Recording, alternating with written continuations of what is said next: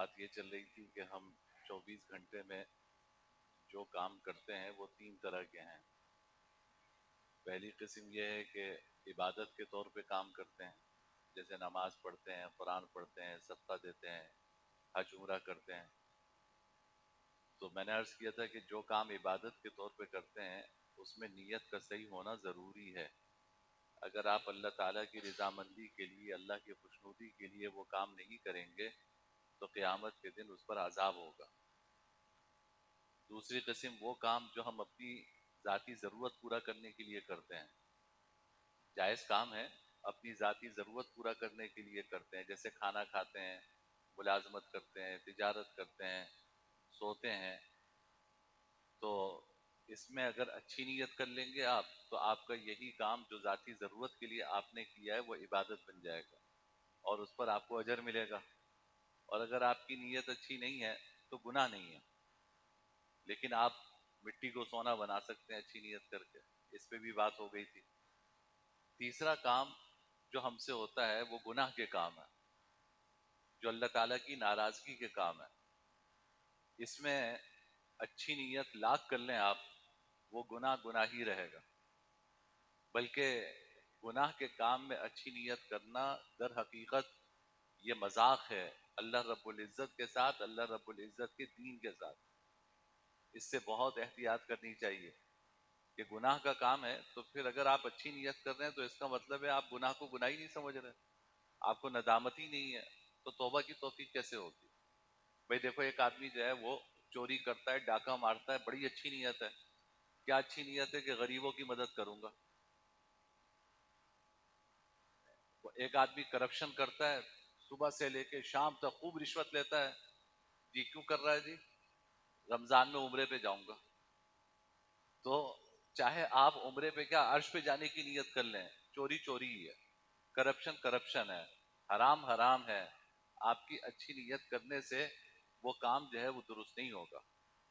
اور اچھی نیت کرنا در حقیقت اس گناہ کو گناہ نہیں سمجھنا ہے. اس لیے اس میں بہت احتیاط کرنی چاہیے کہ گناہ کے کام میں کبھی بھی اچھی نیت انسان کی نہیں ہونی چاہیے. اور اگر اچھی نیت ہو بھی تو شریعت کی نگاہ میں وہ نیت کسی کام کی نہیں. بھائی دیکھو، علماء نے لکھا کہ اللہ تعالیٰ کی بارگاہ میں کسی بھی عمل کے قبول ہونے کے لیے 2 باتیں ضروری ہیں. یہ اچھی طرح سمجھ لیں. اللہ تعالیٰ کی بارگاہ میں کسی بھی عمل کے قبول ہونے کے لیے 2 باتیں ضروری ہیں. نمبر 1، جو کام آپ کر رہے ہیں وہ شریعت کے مطابق ہو، یعنی اللہ اس کے رسول کے حکم کے مطابق ہو. نمبر 2، اچھی نیت ہو. اسی کو تعبیر کرتے ہیں صوفیہ صدق اور اخلاص سے. صدق کا مطلب یہ ہے کہ وہ کام اللہ اس کے رسول کے بتائے ہوئے طریقے کے مطابق ہے، اور اخلاص کا مطلب کیا ہے کہ اس میں اچھی نیت ہے. ان میں سے تنہا کوئی بھی بات کسی عمل کے قبول ہونے کے لیے کافی نہیں ہے. اگر بہت اچھا عمل ہے لیکن نیت صحیح نہیں ہے تو بھی اللہ تعالیٰ کے ہاں اس کا کوئی اجر نہیں ہے. اگر بہت اچھا عمل ہے لیکن نیت صحیح نہیں ہے تو اللہ تعالیٰ کے ہاں وہ قبول نہیں ہوتا. اور اگر نیت بہت اچھی ہے، عمل صحیح نہیں ہے، تو بھی تنہا اس نیت کی وجہ سے آپ کو کوئی اجر نہیں ملے گا، کیونکہ آپ کا عمل صحیح نہیں. قرآن کریم میں سورہ کہف کے آخر میں فرمایا کہ قل هل انبئکم بالاخسرین اعمالا، کیا میں تمہیں بتلاؤں کہ اعمال کے اعتبار سے سب سے زیادہ خسارے میں کون لوگ ہوں گے؟ الذین ضل سعیہم فی الحیات الدنیا وهم یحسبون انہم یحسنون صنعا، کہ جو دنیا میں جو عمل کر کے آئے وہ سارے اعمال جو ہیں وہ ضائع ہو جائیں گے، اور وہ یہ سمجھ رہے ہوں گے کہ ہم نے بڑا اچھا کام کیا. دنیا میں جو عمل کر کے آئے ہیں وہ سارے اعمال ضائع ہو جائیں گے اور وہ یہ سمجھ رہے ہوں گے کہ ہم نے بڑا اچھا کام کیا ہے. وجہ یہ کہ وہ عمل اللہ اس کے رسول کے حکم کے مطابق نہیں ہے. میں فجر کی نماز اگر آج 4 رکعت پڑھ لوں تو نیت تو میری بڑی اچھی ہے کہ بھائی 2 رکعت کے بجائے آج 4 رکعت پڑھ رہا ہوں، مغرب 3 کے بجائے 4 رکعت پڑھ لوں، لیکن اللہ تعالیٰ کے ہاں اس میں ذرہ برابر یہ عمل قبول نہیں ہوگا. وجہ یہ ہے کہ اللہ اس کے رسول نے فجر کی نماز 2 ہی رکعت بتلائی. اللہ اس کے رسول نے مغرب کی نماز 3 ہی رکعت بتلائی ہے. آپ 4 پڑھ لیں، آپ فجر کی 2 کے بجائے 6 پڑھ لیں، اللہ تعالیٰ کے ہاں یہ عمل قبول نہیں ہے. عمل بہت اچھا ہے، نیت اچھی نہیں ہے تو بھی اس میں وزن نہیں ہے. قرآن کریم میں اللہ تعالیٰ فرماتے ہیں وَنَزَعُ الْمَوَازِينَ الْقِسْطَ لِيَوْمِ الْقِيَامَةِ، ہم قیامت کے دن انصاف کے ترازو قائم کریں گے. ہم قیامت کے دن انصاف کے ترازو قائم کریں گے.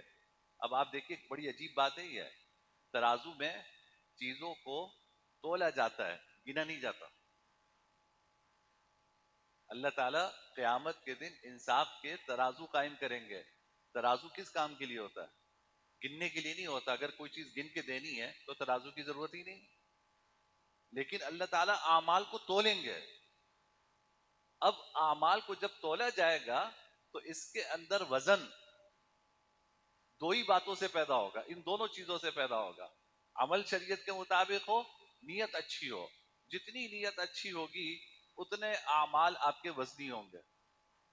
بھئی تبھی تو میرا 1 روپیہ صدقہ کرنا اور حضرات صحابہ کرام کا 1 روپیہ صدقہ کرنا، اس میں زمین و آسمان کا فرق ہے. میں ان کی نیتوں تک نہیں پہنچ سکتا، ان کے اخلاص تک نہیں پہنچ سکتا. ان کے اخلاص کا یہ عالم تھا کہ جناب نبی یہ کریم صلی اللہ علیہ وسلم نے فرمایا کہ تم جو 1 درہم صدقہ کر رہے ہو، تمہارے بعد والے 1 درہم صدقہ کریں، ان میں فرق اتنا ہے جیسے کہ رائی کے دانے اور خود پہاڑ کے درمیان. یعنی حضرات صحابہ کرام جو 1 روپیہ صدقہ کر رہے ہیں، اللہ تعالیٰ کے یہاں وہ احد پہاڑ کے برابر سمجھا جاتا. اور میں اور آپ صدقہ کرتے ہیں، پتہ نہیں قبول بھی ہوتا ہے نہیں ہوتا.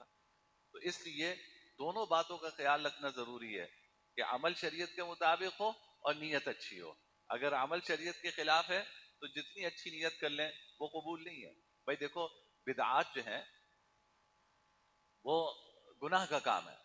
بدعت کا کیا مطلب ہے؟ کہ جو چیز دین نہیں ہے، اچھی طرح سمجھ لیجئے گا، جو چیز دین نہیں ہے اس کو دین سمجھ کر کرنا بدعت ہے.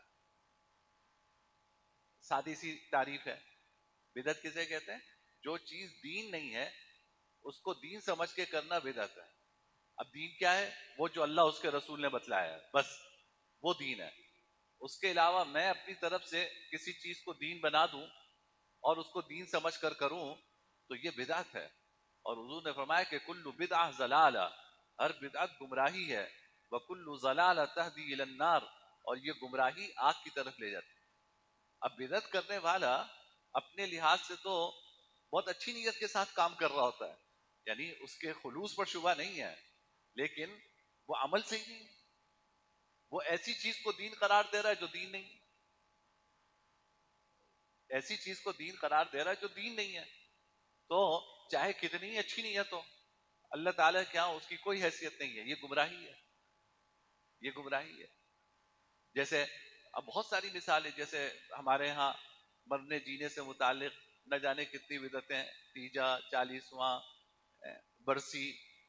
تو بھائی اگر میت کو ایصال ثواب کرنا ہے تو اس کے لیے تو نہ وقت کی کوئی تعین ہے نہ دن کی کوئی تعین ہے. میرے ابا انتقال کر گئے تو ان کو 1 سال بعد کیا میری ضرورت ہوگی؟ مجھے تو چاہیے کہ میں روزانہ ان کے لیے ایصال ثواب کروں، میں روزانہ ان کے لیے صدقہ خیرات کروں تاکہ اللہ تعالیٰ اس کا ثواب ان کو پہنچائے. یہ تو روزانہ کی ضرورت ہے. اگر آپ کوئی دن خاص کر کے یہ سمجھتے ہیں کہ یہ شریعت کا حکم ہے تو یہی چیز بدعت ہو جائے گی. اور اگر شریعت کا حکم نہیں سمجھ رہے تو پھر سوال یہ کہ دن کی تعین کیوں کیا آپ نے؟ تو اس لیے اس کی کوئی حیثیت نہیں ہے.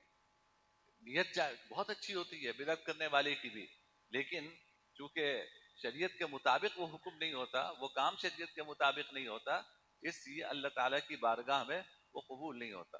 تو خلاصہ ساری گفتگو کا یہ ہے کہ دیکھو کسی بھی عمل کے قبول ہونے کے لیے 2 باتیں ضروری ہیں. ایک یہ کہ آپ کی نیت اچھی ہو، اور ایک یہ کہ وہ عمل شریعت کے مطابق ہو. اگر ان میں سے کوئی ایک ہے اور دوسرا نہیں ہے تو اللہ تعالیٰ کی بارگاہ میں وہ عمل قبول نہیں ہوگا. اللہ تعالیٰ ہمیں سمجھنے کی توفیق عطا فرمائے. الحمدللہ رب العالمین والعاقبۃ للمتقین والصلاۃ والسلام علی سید الانبیاء والمرسلین. اللہم لک الحمد لا نحصی ثناء علیک أنت كما أثنيت على نفسك. لا إله إلا الله الحليم الكريم. سبحان الله رب السماوات السبع ورب العرش العظيم. اللهم إنك عفو كريم تحب العفو فاعف عنا يا كريم. رب اغفر وارحم وأنت خير الراحمين. رب اغفر وارحم وأنت خير الراحمين. صلى الله تعالى على خير خلقه محمد وعلى آله وصحبه أجمعين. آمين برحمتك يا أرحم